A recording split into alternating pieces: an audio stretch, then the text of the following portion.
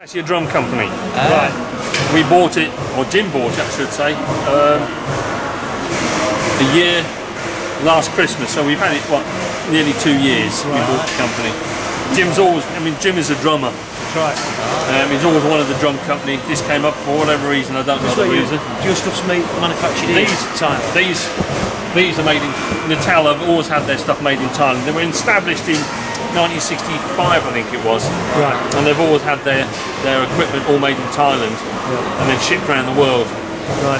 So we took over the company, Jim bought the company, and it's been made in the same way. Right. The only difference is now we've just released a full drum kit. They've never made a drum. Natal as a company never made a drum kit. Really? Right. We've just manufactured our first drum kit. Right. It seems to be going well. How's Jim doing these days with his health? Because I know he's not too bad. He's not too bad. He comes in once a week, normally on a Thursday, to have a look round, make sure everyone's doing what they should. We normally see him. But yes, he's a bit fragile. Yeah. He's had a couple of strokes and pneumonia several times. But he's still, he's okay.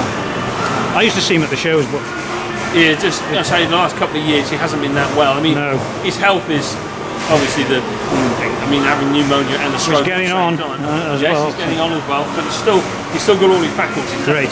Okay. Right. Sorry. This is the back end of service. As far as Britain's concerned, we'll service any Marshall amp, regardless of its age. You'll get anything that may come in here. It may be new. Yeah. There's a Mckenzie there, for whatever reason. You also get things like this, which is an old Marshall Mercury, which is 67, 68. Is coming to be recovered, refretted. Right. So yes, we'll do almost any age. Right. Well, actually, we'll do any. So you'll do the old ones too? Yeah, we do the old ones as well. What's the age of that, sorry? 67, 68. See, if you look at it, I mean that age, so it's still the same joint, same tone joint. Yeah. See them joints. The only difference between this and the new ones is we change the angle, the radius of that. Right. It's a slightly bigger radius than it was in those days. Yeah. But it's still made, the box is still made. So all these are for service? These are all being serviced, yes, for whatever reason. Yeah, so obviously low output and making a windy noise. Fantastic. Windy noise. What happens is for the first year, we cover everything. On the warranty. Yeah. In this country, we give a 3-year warranty. Second 2 years, second and third year, cover everything apart from valves and transport. So we don't cover the tubes for a year, do you? No. Well, it depends on what goes wrong with them. Okay. I mean, in theory, it's 3 months. Yeah. But it depends. For the first year, we tend to be fairly lenient. Okay. And depends on what's happened to the amplifier. Right. To return. Everything else is everything else is covered. So what tends to happen, if it's under a year old, the dealer would just send it straight back. They won't even look at it. Right. Because it's that is probably just a valve, but they won't have touched it. No. Because it doesn't cost them anything. They phone up, we arrange collection. It then comes back, we sort it out and send it back to them. So it doesn't cost them anything. Same Monday to Wednesday, Thursday, Friday. Then there's a couple at the end saying Looks like you got one down there with tubes. Yeah. What happened is Monday, these will be gone. These will be gone off to whatever dealer they are. Yeah. Not sure why that one's between Monday and Tuesday. They're not sure when it's going. Now clap. Flat. Wow. Flat. And it's not a sound chamber. What it is, you're stood in what's called an anechoic chamber. Right. There's basically two sorts. There's a sound anechoic you get in studios, and there's this, which is an RF anechoic. Basically, you're stood in a microwave oven. Right. Hence the reason I asked permission to come in here. Even Jim would have to ask permission to come in here because of the safety effect. Yeah. What you've got is an aerial. You've got one of these. Do you have a microwave? Yeah. You've got one of these in your microwave at home. It's about that big. Okay. It's plugged in. I mean, this one's actually plugged in. Yeah. Now, if we'd have walked in here, shut the door, and they didn't know we're in here, and switched it on, you can imagine what it would be like. Yeah. Like the poodle. Yes. So in no way would anybody ever come in here. If they hadn't have been in the office, we wouldn't be stood here. Right. We'd have gone somewhere else and come back. Right. What we're basically doing here is we have to make sure that RF. everybody has our mobile phones. Yeah, we have to make sure that if you have, Sort of an RF thing, isn't it? yeah, if you have your mobile, if you have your amplifier on, is Ingve or a JVM or whatever, and the phone your mobile phone goes off, it will make a funny noise as it's finding. It's the carry away. You know. That's perfectly okay. What we can't do is pick up your conversation. Yeah. It's an infringement of your civil liberties. People say, "Oh, I can get CB and that through there." You can get CB because that's free to air. The idea of a CB is you talk to anybody who wants to talk to you. So we don't get, but your mobile phone, that's a private conversation. So at the design stage, an amplifier would come in here, that would bombard it with the signal that would normally come out of a mobile phone and a 1K sine wave. And if we hear the 1K sine wave, the amplifier is altered to make sure it doesn't. In the case of the JVM, I can't say the Manstein because I haven't checked it, but with the case of the JVM 410, there's 26 or 27 components in that amplifier that are purely there to get it past this test. In theory, you could cut them out and throw them away and it wouldn't stop the amp from working. In practice, it would because some of them are coils and the signal goes through it. It's there purely to filter out the RF to make sure the amplifier doesn't pick it up. That's how it's changed. That's, oh yes. Well, I mean, it doesn't pick as singlers out. Anybody who produces anything that works with over 50 volts, I think it is, 50 volt low volt, 50 volts of low voltage directive or something like that, have to do the same test. So even somebody who produces a toaster will still have to test the toaster to make sure it can't pick up a mobile phone. Can I ask you about things like CE approvals? Do you do them in-house or do you do them out? In-house. We have so you do your own CE? Yeah, there's a team here. We actually, the guy who's in charge of the department has actually got a degree in it, in the law that it controls. The company sent him to university, as it were, in one of the Open University or something, so he actually got a degree. It's a very narrow band, but of a legal degree, so he can interpret what comes out of Brussels or America or whatever. So you certificate the CE documents yourself? Yeah, we do all that yourself. Well, as long as the country accepts that. And like some countries, Australia don't accept that. It has to be external certificated. So we'll test it. Make sure it passes the test, then we take it to a test house and they then test it. This is actually, it's just foam rubber. It's foam rubber, and the paint in them actually has microscopic bits of metal all exactly the same size within the paint. So as far as the aerial's concerned, this is just a big earth. So the idea being that when you fire a signal from an aerial, it goes off in all directions. We only want the original to hit the amplifier. So anything that hits the walls or ceilings or floor are absorbed. So you only get the original signal. Is the guitar in here for if the guy gets bored? Well, no, it has to be plugged in. I mean, when you're testing an amplifier, you have to have it. If it's a combo, you have it plugged in. You have your guitar plugged into it. You sit there as a set volume, so it's not making any noise as such. It might be hissing, but nothing. Then we have to bombard it to make sure nothing. It doesn't. So the guitar doesn't pick it up, which is most times anything gets picked up is through the leads. The leads get. Like you're a big aerial. You're holding the guitar. You touch the strings. You make the circuit to the amplifier. You become the aerial. That can be when it's picked up. I noticed a lot of leads give you that sort of problem.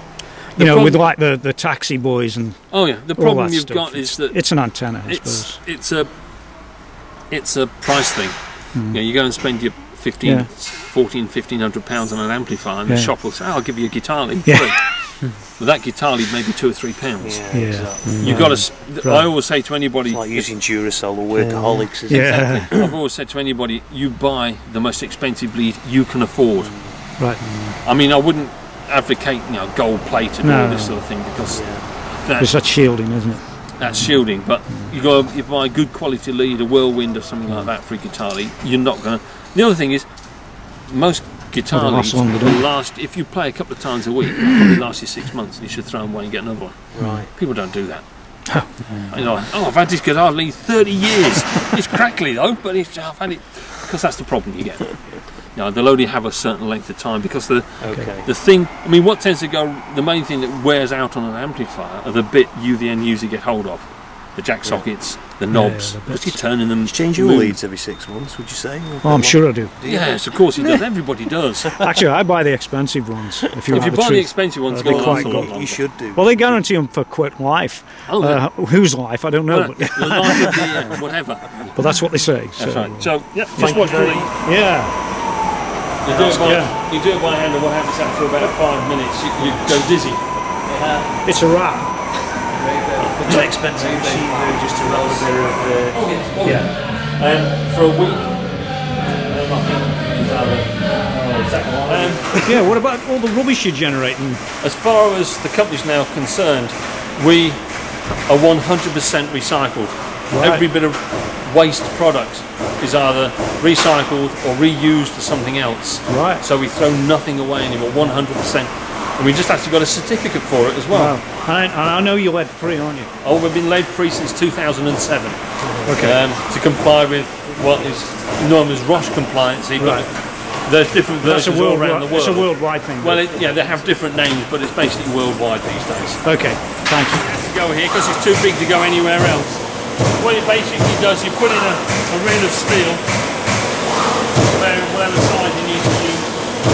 First machine will actually stamp the holes out, and if it's just chassis, it will then, the other two machines will actually bend it up. What it's making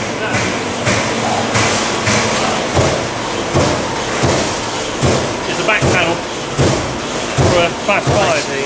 So all it's doing is stamping the holes out. That's the other part of engineering. This works on a reel. It makes things like all the bags. It'll also make like the little Class 5. Because that's got no end stop, it's just a wraparound chassis. It will then stamp the holes out, and those two machines, one will bend up the back and one will bend up the front. In the case of the Class 5 chassis, it takes 1 minute and 40 seconds from a flat bit of steel to a chassis once it's working, because it's a continuous process. It's expensive machinery, like. It's not cheap. It's not cheap, but it's very good at what it does. Yeah. I mean, it's the only machine we actually tend to use, I'd say, overnight. What they'll do before they go home, they'll put in a reel and steel, start it off and go home. When it's finished with the reel, it switches itself off. So you can do that overnight. As long as there's no bending involved, it's just a flat bit of steel, you just cut them up, and they drop it into the hopper. You can see the steel on this side over here only comes in 4 sheets because the machine we use is slightly different. Right.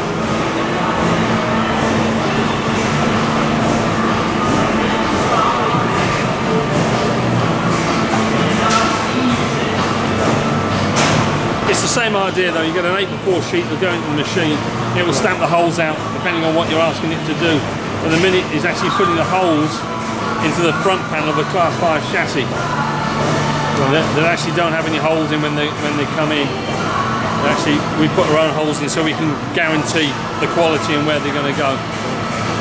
It also makes chassis, but the design of it doesn't bend the chassis. So once the chassis is manufactured, it will come over to the bending machine, which will actually then bend the chassis to shape. This one. All the steel we use is actually mild steel, but it's 2 versions of it. We use what's called Zintex, which is pre-coated in zinc. Right. We also use standard mild steel, which is then welded up, and that has to go away to another company to be zinc plated. Right. We used to use cadmium, but that's a banned substance these days, so we can't use that anymore. Right. If you like, Yeah. you can see here these are chassis that have been made up. All they're doing is actually waiting to be welded. We have our own welding booth, so it's all done in-house. Right. Once it's welded up, it then goes off to the next town along. Right. It's actually where the company is who actually do our anodizing, our coating, and have done it for 40 years. Right. So it's the same company we've always used. Right. Now we'll come back looking like this.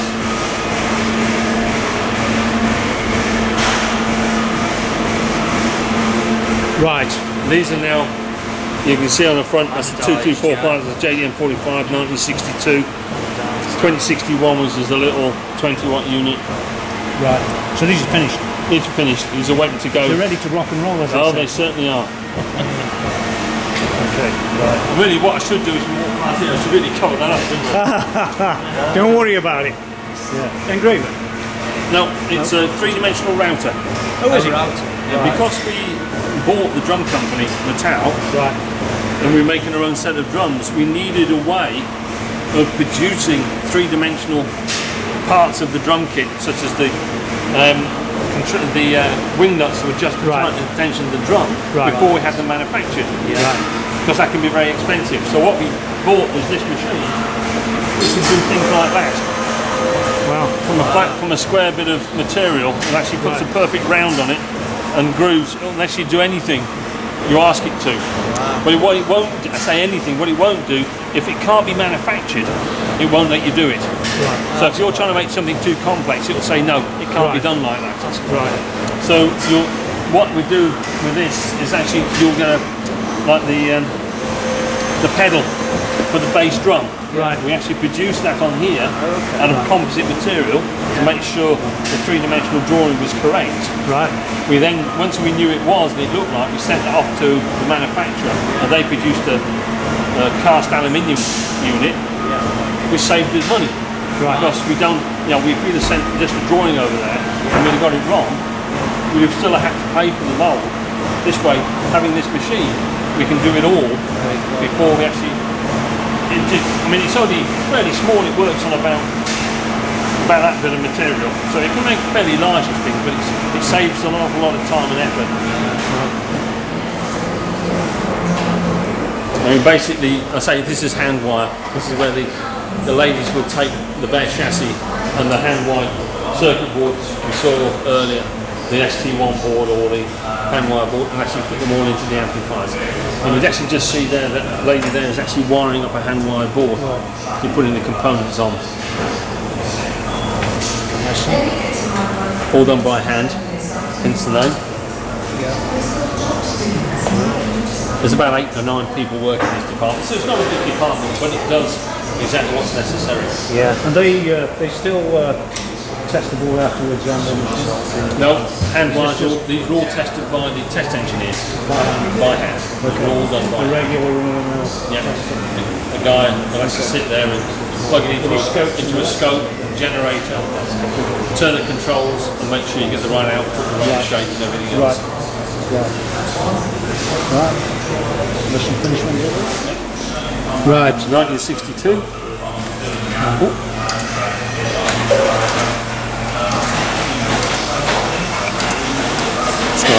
Problem on it. That's why it's been tested. It'll come back to be sorted out. Right. But you can see it's not the ST1 board this time. Just let this gentleman. Oops.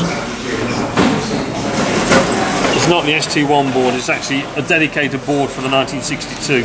Right. And this doesn't go anywhere near any machinery. This, when the board comes in, Hazel will fit all the components on by hand, and then solder them up, and then put all the wires on, and then it'll come into here. And it's then wired up as a normal. She's good, is Hazel. Oh, she's very good. Oh yeah. We actually had. I haven't got one here, have we? No, we had a. When we first made the hand wired units, just as a point, we had a gentleman buy one and emailing, complaining. Really? Yeah. Because if you look at a component, a resistor, it has a tolerance band. Yeah. Which has no effect on which way you put the resistor in, but has a tolerance band. Right. And you're emailing complaint because all the tolerance bands weren't the same way around. Oh, you're kidding me. So from now on, if you look at a hand wired unit, kidding. all the resistors are the same way around. So, yeah. It doesn't have any effect on the amplifier, but it means consistency. It's just it's nice. So this Hazel person. They didn't make them like that in 1960. and this there's a lady over there as well. So obviously, They didn't make them like that in 1967. oh no, you got what you were given in 1960. That's right. Just out the door, wasn't But no, it's normally Hazel, but obviously Hazel, if she had too much work on, we got another lady. She's been here for many years, has she? Oh yeah, Hazel's been here 22, 23 years. Wow. Altogether, about 12 people will handle this amplifier, that's all. 2 in engineering, 3 in electronics, 1 in finishing, the rest are in the wood mill and covering. Yeah. So, I mean, there's literally very few people actually have anything to handle, even with something like the Mckenzie. It's 11, there's only 1 less. Right. Even though the boards are manufactured on a machine, if you like, loaded on the machine. Start to finish, 11 people. It's about 11 people. Oh, interesting. So it's not a lot of people handle them. No. And most of the work, as you've seen, is actually done by hand. I mean, we don't, obviously there's auto insertion machines for the normal the circuits. machines for what you need them for. Exactly. It's only a snapshot of what we've made. I mean, that's probably the most important. It was at the first That's number one. There he is. Jim used to make the chassis and the mount everything on there. Then Ken Brown, his partner. He had an amp on eBay recently, didn't he? Yes. Yes. I don't think he sold. Oh, it did. It did? Oh, yes. Hey. I'm not saying how much on camera. No, don't worry about that. I've never had it confirmed. Actually, funny enough, that amplifier, it came in here for me to confirm it was what it was. Right. Wow. Because that's my job, part of my job in life is actually to check it out. what you've got. Genuine. So if you buy an amplifier, I will check. I saw it, but I didn't have enough money for that. So. No, it's a lot of money. It's a collector's thing, really. It was number two, but it wasn't number two in the sense the one that came after that. It was the second generation. Yeah. Right. So I mean that has what's called ex-military transformers in it. Hence the reason they're green, because that's what everybody did in the 60s. Yeah. Go down Tottenham Court Road, buy what you could. Yeah. They made amplifiers. I mean that's how they worked for the first few months. That was made in what year? 62. About September when the company started. How old are these ones? Wow. That's about 2007. Oh, is it? There's only 40 of those. Reissue. Only 40. See the Jaguar symbol. Yeah. Oh yeah.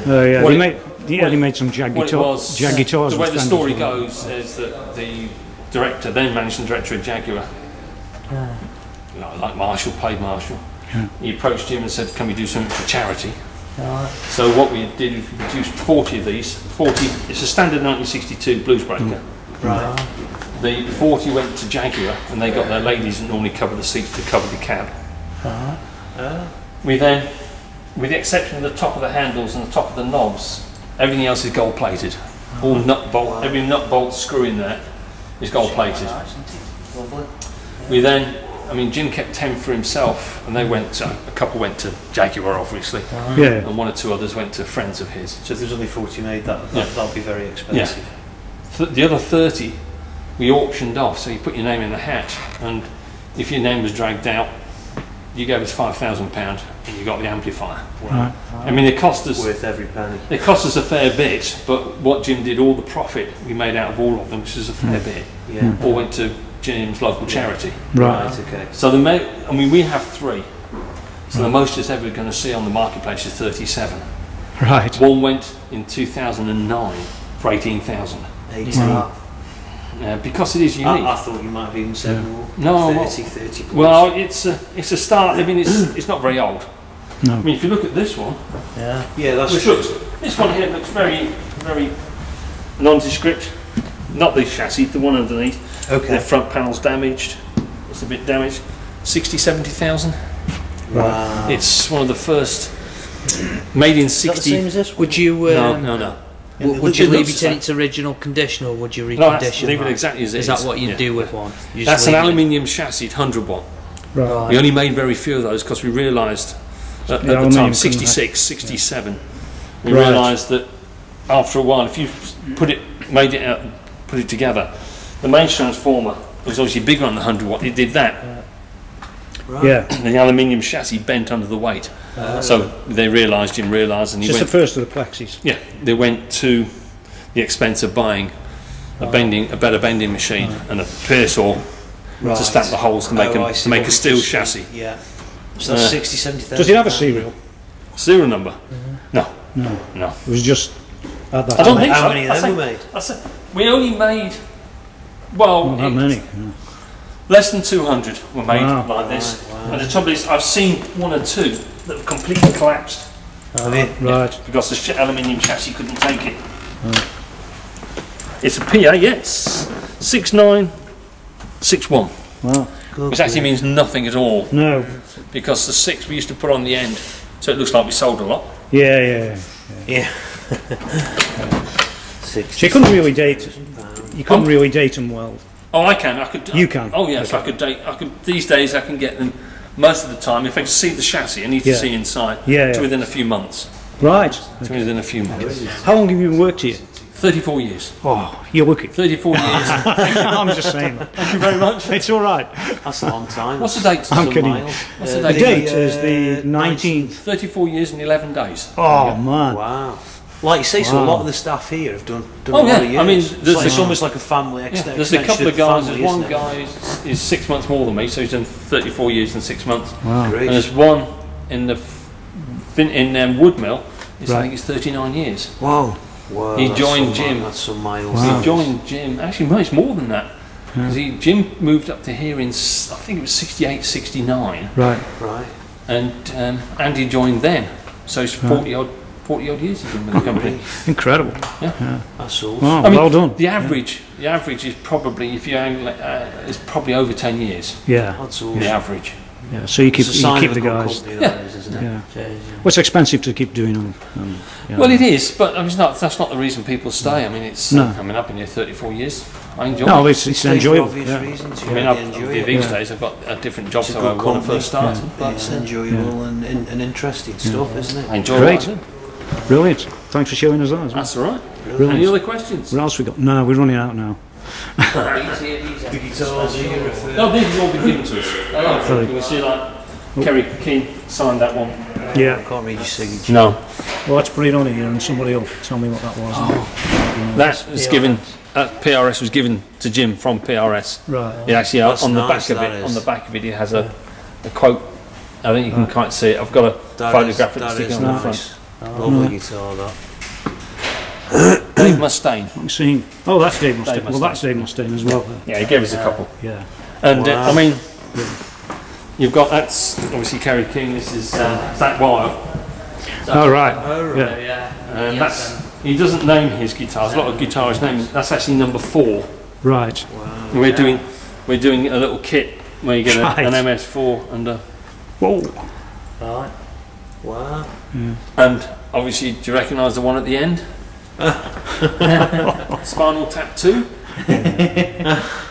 I've never seen the movie, but as far as I know, it went straight to You've seen the DVD. film, haven't you? It's not Spinal Tap. I haven't seen the 2 one. No, I haven't either. But for all intents and purposes, he's using that, and Right. it's not loud enough, so the roadie comes in and bolts the bit at the bottom. And it's Right. the same idea as it goes to be number 11. That's awesome. Tell me about this one. That's an original. That's a 1962 Right. made, Right. late 62. This is this we made 200 of to pay homage. That was the to reissue, that one. wasn't it? This is a reissue Yeah. in 2004. Yeah. 2004. Right. 2000. He says.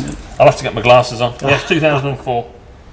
Yeah. That's 2004. Right. That's an original. That one. That's the You never repetition see of them though, that, do you? yeah. Well, You never the thing is, that it was at the time. 2004 was at the time when we were going through all the regulation and things. Right. So we could only actually sell that in America and Japan. Right.